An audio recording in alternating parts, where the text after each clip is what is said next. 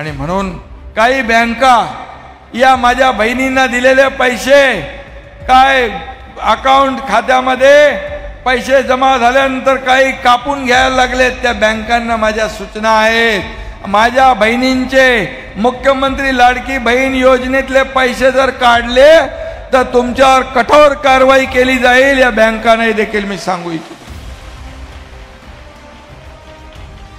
आणि मगाशी कोणतरी इथं आलं होतं, देवेंद्रजींनी त्यांना कानमंत्र दिलेला आहे, त्याप्रमाणे बरोबर कार्यक्रम करा। कारण शेवटी आम्ही दिलेले पैसे तुम्हाला कापून घेण्यासाठी नाहीत, हे तिचा कच्च्या बच्चांना त्यांचा संसार चालवण्यासाठी एक थोडीशी आर्थिक मदत केलेली आहे।